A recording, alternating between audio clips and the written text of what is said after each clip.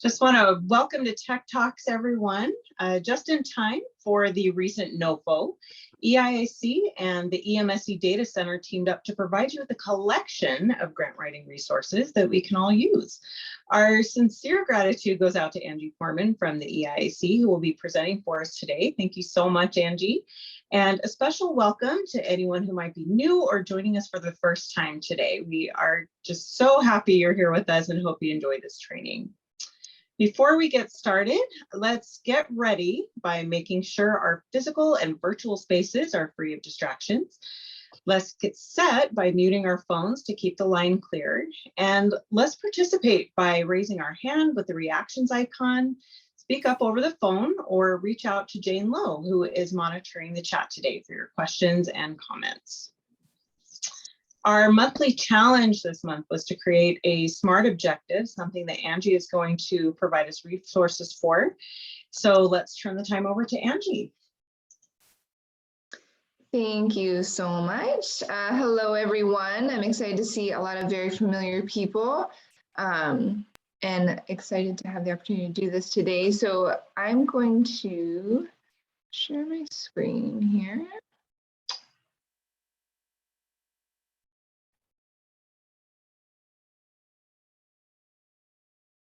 All right, we good? Can everybody see? Yep. Yeah. Okay. Looks great. So we are, as Jean said, Andrea and I kind of put together a little bit of a presentation on resources that you have available. This is by no means a grant writing workshop.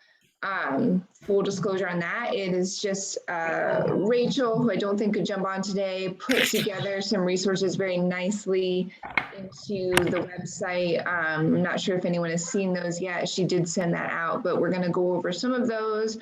Andrea and I had put together some resources that we will actually be getting to you as well. But oh, it's not in my text. Maybe she called me. What's that? Sorry, I need to mute. Oh, no problem. No problem. I wasn't sure if that was to me. So again, it's just some resources that we have available to you. We do have a disclaimer, of course, that any specific grant writing questions about your current NOFO for EMSC should definitely be directed to your HRSA project officer or whoever your contact person is. Of course, you can go directly with Jocelyn as well. Any questions before we get started on any of that? And Andrea, did I get it right? The EMSC data center, EDC? Yes, you did. Okay, I'm gonna probably catch myself saying NEDARC a couple of times, but so we'll jump into it. So of course you guys are all here because it is time for your funding cycle to be renewed. I know a lot of managers are new at this and may or may not have grant writing experience. So it is a little bit daunting, a little bit overwhelming, but I actually really enjoy grant writing. And the nice thing about writing grants is that you don't have to think too much about it because they tell you exactly what they want. So we're just going to dive into that a little bit. Again, this is not specific to EMSC grant writing. This is a resource guide, some tools to help you in any kind of grant writing that you may be doing. A lot of you are project managers for EMSC, but also wear a couple of different hats within your departments. So anytime you're writing a grant, you can use any of these resources. They're very generic in nature. We're not doing them specific to EMSC. I have a couple examples of maybe some EMS in general related things. But what we noticed in the last funding cycle was that a lot of the managers had some difficulty with writing SMART objectives. And again, if you don't have grant writing experience, that's perfectly understandable. So we have touched on a little bit of those specifics, and now they're not just SMART goals and objectives, they're SMART-E. So we'll talk about that a little bit. And Andrea has put together a beautiful document that we're making some revisions to that will get sent out to you. Of course, this presentation is being recorded so you can check it later. And then if you have any questions about resources, you can reach out to your EIC contact person, of course, Andrea, myself, anybody, and we'll help you with directing you to those resources. The difference this funding cycle and why we are not doing a specific grant writing workshop is because the NOFO that was released is a little bit different in this way that it's open to anybody to apply. So it's not just restricted to state EMS offices, any educational institutions, state office that wants to apply can. And so we don't want to get into the specifics. So I'm just gonna hit home again, any specific questions about this funding opportunity you can direct to your HRSA project officer. Any questions about any of that? All right, a little bit of just kind of housekeeping as far as this goes. It's super informal. So if you have questions, you can put them in the chat box. I know Jane is monitoring those, or just feel free to chime in at any point. And then Brandon, I think you're going to give me a warning when we hit about the 20-minute mark so that we can make sure we are not going over. You guys can have back the rest of your afternoon. So the first thing we're going to go over is just where to find the resources that Rachel compiled that are on the website. So you should be able to click through that whenever you get access to that, or if you want to do it right now and follow along, you are welcome to. We have a whole page that is just grant writing resources. So the image on the left there, that is what the page looks like when you come up. As you can see, it was just very recently updated with a lot of this stuff. We have good resources from previous, the program formerly known as NEDARC, now the EDC, right? It's going to take me a little bit to remember that, but we have some workshops that they did before with the last funding cycle, or even the ones before that, that you can access. I am going to go over just really briefly some of these sections so you can kind of see what it looks like. And if you want to chime in, follow along at any point, go ahead and do that. I see Andrea put that up. Thank you. Appreciate that. So you should be able to click through if you would like. All right, so if we look at that grant writing resources page and then the image on the left, or the right rather, the first one is example grant section. So I'm just going to show you what this looks like if you can't follow along. So if we go into that grant writing sections, the drop down is shows you a couple of different things like the abstract. You have the work plan timeline, a lot of technical support resources, budget templates, narrative. So the arrows just kind of indicate what happens whenever you click on those. Of course, they're very easy to use, but just giving you a little snippet of, if you open up the budget narrative, it takes you to a document that talks about a lot of different things that you put in that. The NEDARC tutorial, or the organization formerly known as NEDARC, I'm gonna have to find a different way to word that. The EDC, there's a budget spreadsheet tutorial. Some of you may or may not be doing the completion of your grant. You might just be responsible for the narrative, and maybe someone else in your department takes care of budget or those kind of things. Maybe you work in a state department where someone does your grant writing for you and you just have to get resources to them. A lot of different ways that this is completed, but it's all broken down in there in those example sections. I see someone has a question. Anna, do you have a question? Yeah, hey all, I hope everyone's doing well. I have a question about the abstract template that you have, because this year there's a specific form that we need to fill out. Are they independent of one another? Do we need to do both of them? Okay, so what is in here, and Andrea, feel free to chime in if you have any different information. This is all just examples and resources for you to look at. So none of this is really specific to exactly what you should be doing for the NOFO that was currently released. So whatever is in the NOFO, I would suggest following that guideline, or just reaching out to Joss or your project officer and getting specifics on that. But this page is not specific to that NOFO release. This is general overview. Does that answer your question a little bit? Yeah, then I just want to bring to everybody's attention that there's a specific project abstract summary form that you need to track down to fill out, as opposed to like free writing an abstract like we've done Okay. previously. Yeah, that's a good thing to bring up. Thank you for that. Yeah, you're welcome. Yeah, and Angie's correct. Just remember, these are examples. Some of them are several years old, so they're definitely out of date. Always refer to the NOFO, and specific questions like that you take directly to your HRSA project officer. That was a good question, though. Thank you for bringing that up. Anything else on that one? And again, the video there, just examples of things. As you can see, that video is actually pretty old if you open up, or it's right there on page 2012, like Andrea said. There's a ton of different resources online that you can find. These are compiled from previous ones that were EMSC compiled documents. So at one point they may have been very specific, but as Anna pointed out, they change. And I'm sure most of you noticed the changes in the NOFO that was released recently as well compared to previous ones. So there are going to be some different things.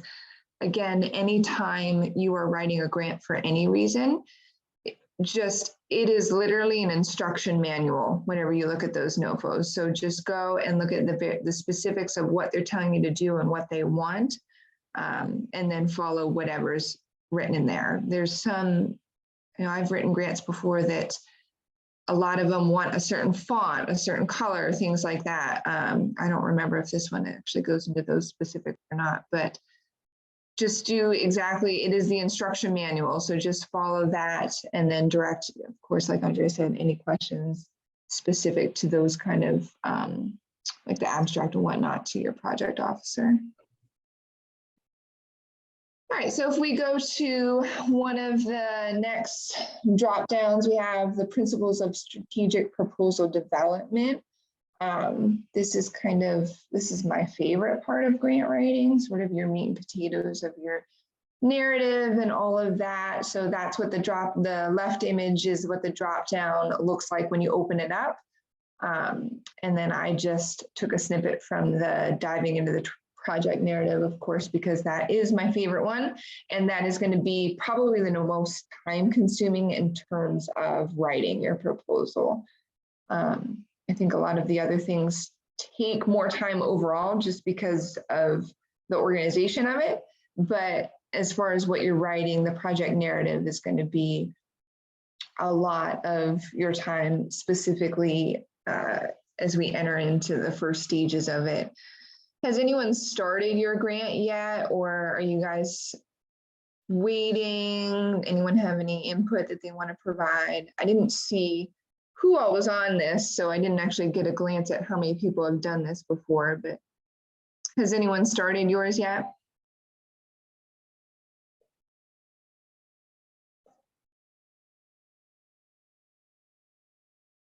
Awesome, I see a couple people have, that's good.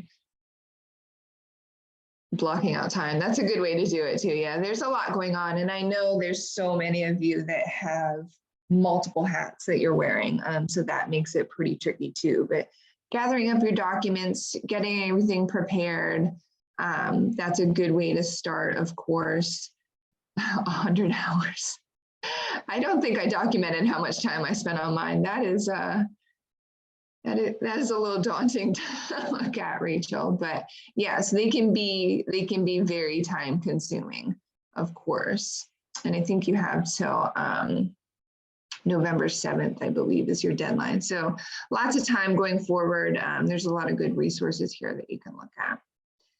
Any questions about any of this stuff? And you can just kind of see some of the things that are on there. If anyone's following along, you might be opening those up, but I just want you to see what's available in there to you. All right, I'm gonna throw in a few nature pictures here and there just because they make me happy. Andrea and I were talking about that the other day, and I thought they do actually make me happy to look at. So this is a stressful process. We're gonna keep going through some of these things, but do remind yourselves to kind of take breaks from your grant writing. Don't let it get too overwhelming, especially if you have multiple things going on. All right, the next tab we're looking at is the additional resources and support. So I showed you on the right there where to find it in that drop-down box, or the drop-down, the homepage rather. So you have the example grant writing sections, the SMARTY goals, principles of strategic proposal, and then we've opened up and looked at a couple additional resources and support. So if you open that drop-down, you're going to find the process and the federal guidance. Again, grants are very specific and they can be tricky for a lot of people because they are so specific. Some places, if you submit a grant and you don't do one thing exactly as they wanted you to, it just gets denied.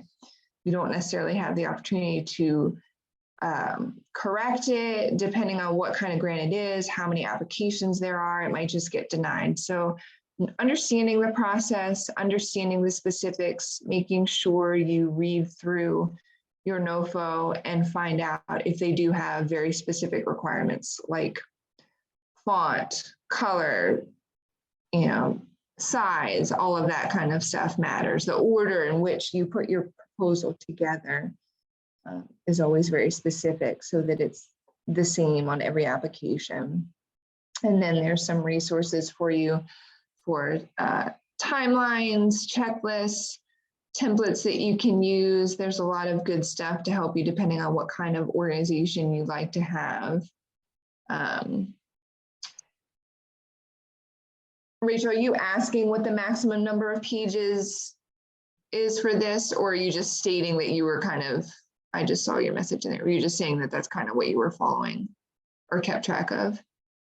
Got it. Yeah, that's a very good point. Thank you. Yeah, sometimes, actually, most often, you're going to get a maximum number of pages. So make sure, particularly those of you who have never written a grant, make sure that you know all of those specifics about any grant that you're writing, so that you don't lose an opportunity for funding over something silly like a number of pages or the order of what you put it together.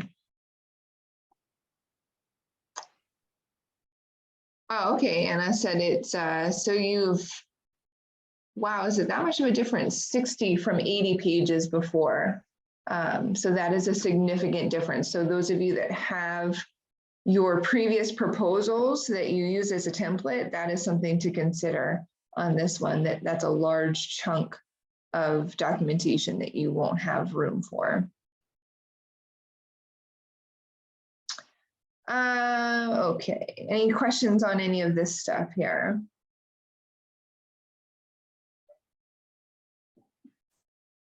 Perfect.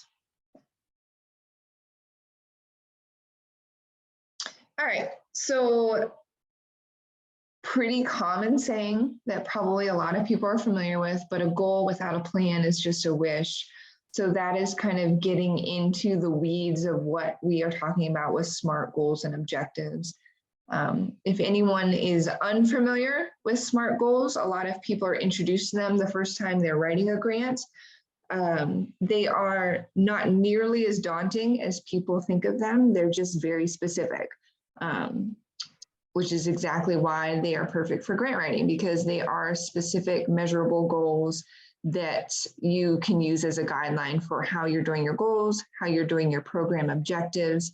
They set the tone for what your program is going to look like or whatever funding you're asking for.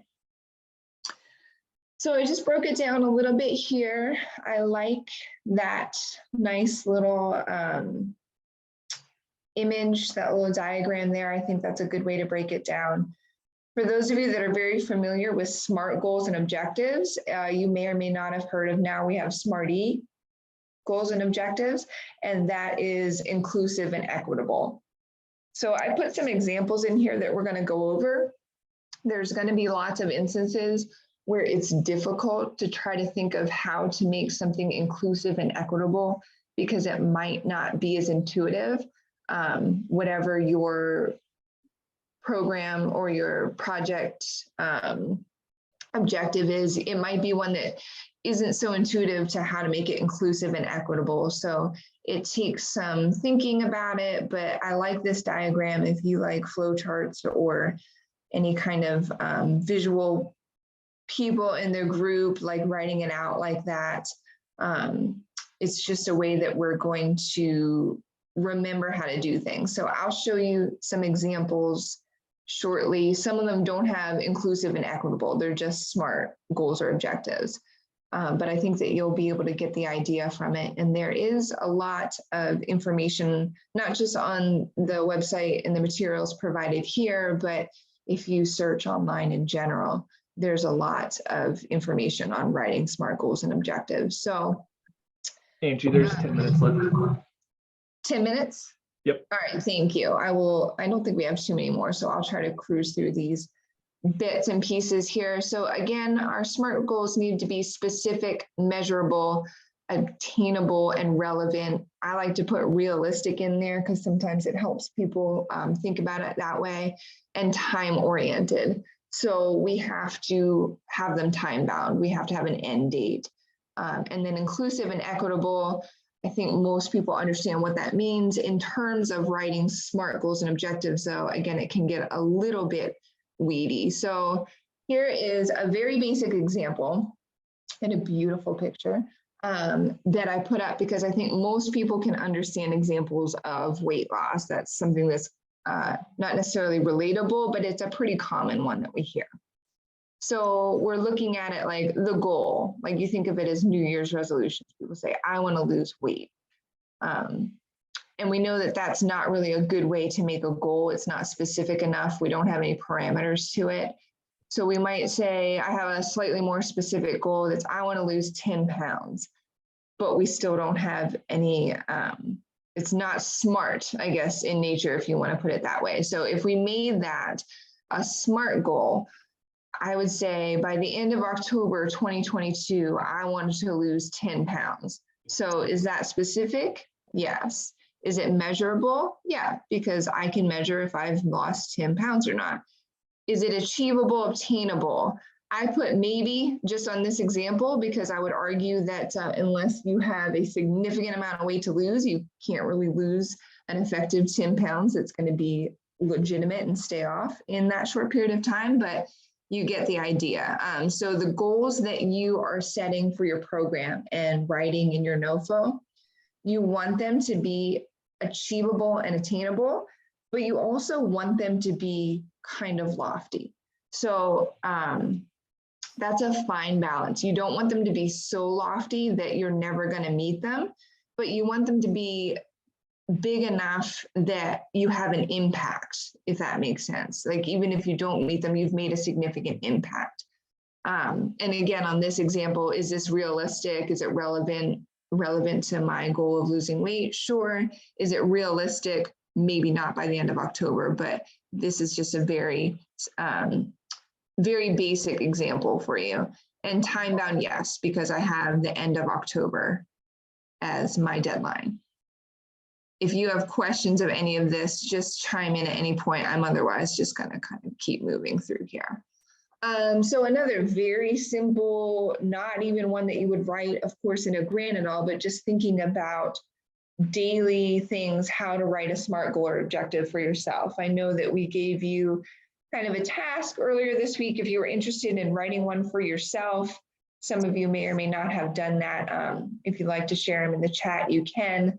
But this is one that's just like, okay, so my goal is by the end of this week, I want to hike to, I live right next to Mount Nittany. So I want to hike Mount Nittany. I want to take a picture of the sunset. That's a good spot. So if that's my goal, how do I make those objectives SMART? How do I make them specific and measurable? How do I write out a plan of action steps to get me to that goal? That's kind of what this is talking about. Again, just a very generic way to look at it.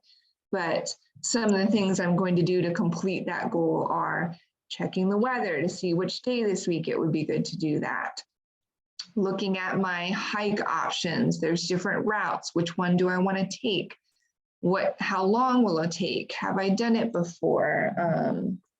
How much time do I need to give myself to get there? And what time does the sun set? So those are all action steps that are going to get us to our end goal, if that makes sense. So even the way that we do these in just normal daily living, we have action steps. So when you write your grant proposal, your objectives, we make them SMART objectives, and they are our stepping stones or our action steps to meeting the goal that we've already outlined. I'm going to go through this one really quickly. Oh yeah, Mark makes a very good point. So the step is done. We just need to build the steps. Very, very good point. So this is kind of an EMS related one. So our goal is to provide hands-only CPR education in our community during 2022. Maybe that's our agency goal. So how do we make that a SMART goal? We make that a SMART goal by making it specific, measurable. We pick something that's achievable, but also lofty, it's realistic, and it's time bound. So how do we make it a SMART goal? By making it inclusive and equitable. By December 2022, we're going to provide 25 hands-only CPR education programs I live in Center County. So Center County, and 50% of those programs are going to be specifically held in underserved communities like rural areas. We have a large Amish population where I live, ethnic minority populations, low socioeconomic status. That's how you kind of very quickly go over making it inclusive and equitable. If I were just writing a SMART goal and I didn't have the IE in there, it would just say by the end of, or by December 2022, I'm going to provide 25 hands-only CPR education programs in Center County. That's still a SMART goal. The IE was added to make it more equitable, more, I was going to use the word diverse. I'm not sure if that's the best option for what I was talking about there, but this is going to be a little bit tricky specific to your grants. A lot of you have areas that this is going to sound harder to do. So I want you to think about it a little broader and what your overall program goals are. And if you have any specific questions, things like that, you're having trouble, you can reach out to us for resources. We can talk through this a little bit more, but I wanted to give you a quick example of something and how that looks. So whether your target audience or your target objective is the population that you serve being pediatric patients or the population that you serve being EMS providers, you can look at it that way as well. Andrea is going to put this in the chat, this document.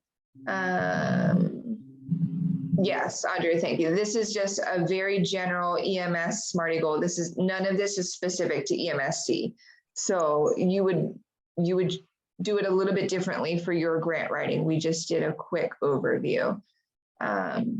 This document is supposed to be clickable in this PowerPoint, but because I'm terrible with technology, it didn't work. So Andrea is going to put this in the chat, or maybe Jane is going to put this in the chat that you can open this. This is just something online that you can access. It's a really good breakdown of how to do SMART goals and objectives. Thank you, Jane, for putting that in there. Again, they give you examples that are not at all related to probably what you were going to be writing about, but the one they put down here is the SMART goal is building a volunteer team of 100 door-to-door canvassers by May. The SMART-E is at least 10 people of color recruited as volunteer leaders first, so they can help shape the way they're doing their program. I am kind of cruising through this. How are we doing on time, Brandon? We're coming real close, got about a minute. Okay, then we will go on. Again, if there's questions, feel free to throw them in the chat box. Oh, that's the end of it anyways too. So if you do have questions, here is the place to put them. I know it's daunting writing grants, and a lot of you are feeling a little overwhelmed by it and all the other things that you have going on. So remember to keep a little humor in it. Reach out for resources if you need it.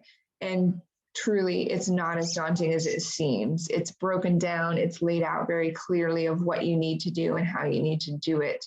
So does anyone have any questions right now that you want to bring up?